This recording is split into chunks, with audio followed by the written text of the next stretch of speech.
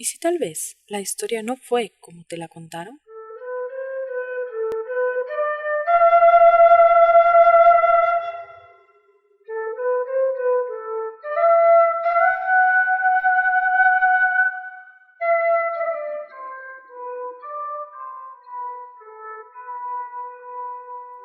Entre las cordilleras blanca y negra, bajo la mirada del imponente Huascarán, la región de Ancash guarda en sus cimientos la historia de una cultura milenaria que se forjó entre la costa y la sierra.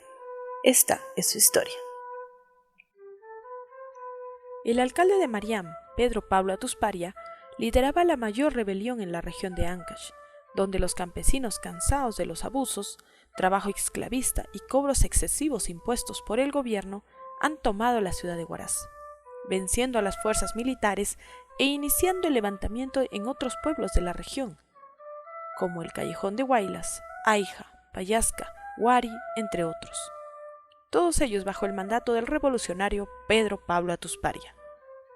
La rebelión avanza de la ciudad de Huaraz hacia el Callejón de Huaylas, llegando a Carhuaz el 16 de marzo de 1885, donde Atusparia vence sin ningún contratiempo, enrumbándose con toda prisa a Yungay, donde un grupo de hacendados crean una resistencia con los hijos de las familias más importantes. Son tenaces, no podemos negarlo, pero era imposible enfrentarse a un grupo tan grande de campesinos, así que son presa fácil para los revolucionarios que dirigen ahora sus tropas hacia la ciudad de Caraz. Es singular lo que ocurre a las puertas de la ciudad de Caraz, donde un grupo de frailes piden a Atusparia no lastime a la población de Caraz. Como era de esperarse, Atusparia no dañó a ninguna persona, ni saqueó la ciudad, siendo ésta invadida prontamente por los rebeldes. Finalmente, la capital de la República toma conocimiento de los hechos que se suscitaban en Ancash, e inmediatamente envían un regimiento para dar fin a esta revolución. El regimiento estaba a cargo del coronel Manuel Callirgos. Estaba acompañado por el nuevo prefecto, José Iraola. Seguramente se preguntarán qué pasó con el prefecto anterior, Francisco Noriega, quien para muchos sería el culpable de propiciar la rebelión.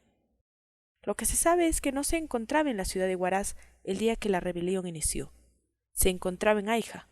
Al darse por enterado lo que estaba ocurriendo en Huaraz, huye. Pasa por Recuay para finalmente, vestido con ropas de campesinos y escondiéndose en chozas, pasa por la ciudad de Guarmey y logra huir a Lima. Enviados a solucionar los problemas revolucionarios que estarían suscitándose en Ancash, las nuevas tropas capitalinas avanzan con paso firme y decidido, pues contaban con superioridad en armamento bélico, aproximándose a la ciudad de Yungay, puesto que no les era conveniente ingresar por la ciudad de Huaraz, donde estarían las mayores fuerzas campesinas. Desembarcaron en Casma e iniciaron su marcha hacia la ciudad de Yungay. Se cree que muchas acciones sociales propiciaron una importante baja en las fuerzas campesinas. Las diferencias ideológicas que se veían. La prensa hizo su papel, prensa nacional y regional, que se involucró, mandando afirmaciones de que Atusparia habría sido proclamado inca por 30.000 indios que lo obedecían, que creaba en algunos campesinos orgullo y en otros envidia. Además de la confusión que existía entre los mismos campesinos entre apoyar la revolución o la creencia que se les inculcó por años, haciéndoles creer que debían mantener una condición de dominados. En Yungay estaría Ushku Pedro, conocido por ser barretero en las minas de Ushku, por lo que es apodado Ushku Pedro, pero que con los años se cambiaría esta denominación por Uchuk Pedro. Se dice que era bastante aguerrido, indomable y enemigo de arreglos pacíficos con los enemigos. Su pie de lucha se forjó en el trabajo duro de las minas. También se dice que con una vara en la mano podía destruir partes del cuerpo humano. Y citaré a Ernesto Reina por considerar su descripción bastante certera, que Uchucu Pedro era un verdadero chancador de huesos. Uchucu Pedro estaba a cargo de mantener la resistencia en Yungay, pero por más feroz que fuera Uchuc Pedro, no podría contener las fuerzas por más tiempo. Así que envía un chasqui a Huaraz, haciendo de conocimiento a Atusparia que necesitaba refuerzos con suma urgencia. Atuspari envía los refuerzos a cargo del prefecto interino que él había designado con anterioridad, el abogado Manuel Mosquera, quien, desinteresado de la urgencia y de la lucha que se venía atravesando en Yungay, demoró los refuerzos, condenando a las tropas de Uchucu Pedro. Los pocos sobrevivientes huyen. Han perdido la batalla. Atuspari, que se encontraba aún en la ciudad de Huaraz, se entera de lo ocurrido y destituye a Mosquera, nombrando como nuevo prefecto a Pedro Granados. Luego de ello, Atuspari dispone la resistencia en Huaraz y marcha junto a los campesinos a enfrentar a las fuerzas capitalinas que permanecían aún en Yungay. El día 21 de abril. Era de noche. Las tropas capitalinas descansaban. Luego de arduos días de lucha, existía un silencio sepulcral. Entonces, decenas de campesinos ingresan a la ciudad en silencio total, cubiertos por pieles de carneros, raudos y sigilosos, llegan a las puertas del cuartel, donde atacan en una feroz batalla que dura toda la noche. No imaginamos la sorpresa y terror de las fuerzas militares al ver aparecer entre la oscuridad a feroces campesinos, previstos de armas. La mañana siguiente la lucha ha culminado, una lucha sangrienta en la que la artillería militar apoyó a que los campesinos cansados tomaran la retirada. En dicha batalla fallecieron campesinos y mestizos que apoyaban la revolución, como el periodista Montestruque, quien muere con una bala en el pecho y gritando la frase «¡Viva la revolución!». La derrota en Yungay fue solo el inicio de una serie de sucesos y desventuranzas para los rebeldes, siendo traicionados por diversos políticos mestizos, por lo que se ven cada vez más acorralados. Los rebeldes se encuentran en retirada. Un grupo de campesinos liderados por José Orobio intentan robar caballos del ejército enemigo, pero su intento se ve frustrado y son capturados. José Orobio es reacio y se niega a mostrar dolor, a pesar de las terribles torturas a las que es sometido. Recibe 200 azotes y solo consiguen que diga «Yapa taita, yapa».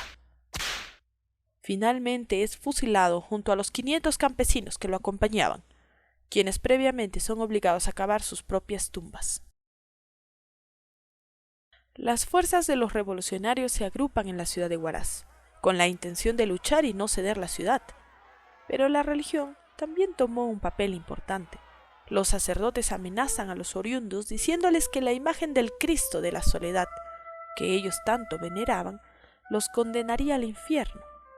Por ello debían oír misa a las 12 del mediodía. Claro está que ese era el horario estipulado para los indígenas, y que solo después de ello podrían salir a combatir las tropas que se acercaban a la ciudad de Huaraz a pasos acelerados.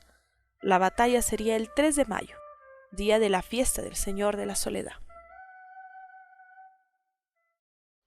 Los campesinos esperaban la misa, y mientras se embriagaban para tomar valor, sin pensar en que el consumo de alcohol podría ser excesivo. Llegada la hora, las tropas capitalinas ingresaban a la ciudad. La lucha empezaba y las fuerzas campesinas fueron presa fácil. Ebrios, no podían tener ninguna reacción de batalla. Las balas atravesaban sus cuerpos fácilmente y solo podían desplomarse y bañar las calles de sangre. Uchucu Pedro, que había estado luchando en toda la retirada a Huaraz, llegó bañado en sangre ante Atuspari para decirle lo que él tanto temía. Sus fuerzas habían caído. La ciudad de Huaraz estaba en caos. Las fuerzas militares ingresaban a la ciudad, mientras los sacerdotes realizaban la procesión del Señor de la Soledad. Los campesinos luchaban. Atuspari cae herido. Sus partidarios no lo abandonan, luchan para salvarlo. Pero ya no hay nada que puedan hacer. Es un mar de sangre. Atuspari está herido. Uchucu Pedro se ve forzado a huir. Los rebeldes han caído. Inesperadamente las damas de la ciudad aparecen. Al parecer no han olvidado que fue Atuspari quien impidió el saqueo y destrucción de la ciudad de Huaraz. Es así que Atuspari logra salvarse. Con la captura de Atuspari en Huaraz, la rebelión ha caído. Existe un rebelde que se niega a rendirse. Es Uchucu Pedro. Amenaza reiteradas veces al ejército enemigo, logra grandes bajas, pero no gana una batalla concreta. Sube a las cordilleras de donde trata de realizar ataques sorpresas sin descansar.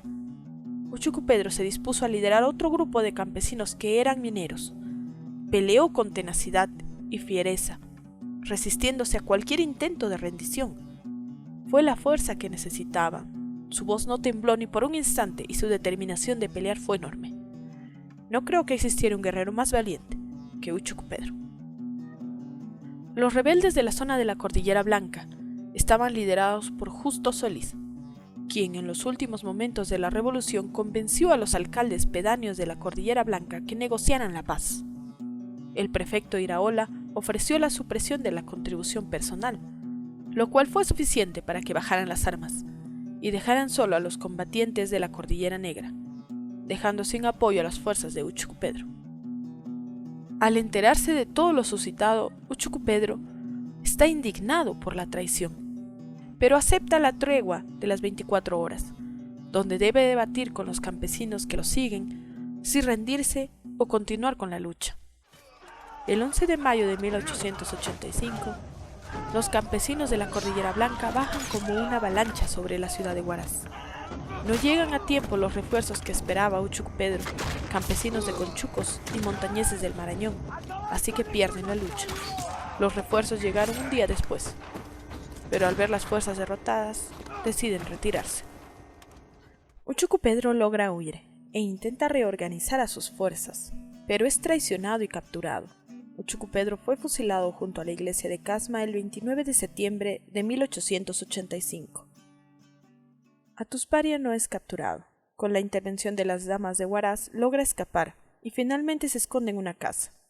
Posteriormente el prefecto Iraola ordenaría su fusilamiento, como el de todos los rebeldes.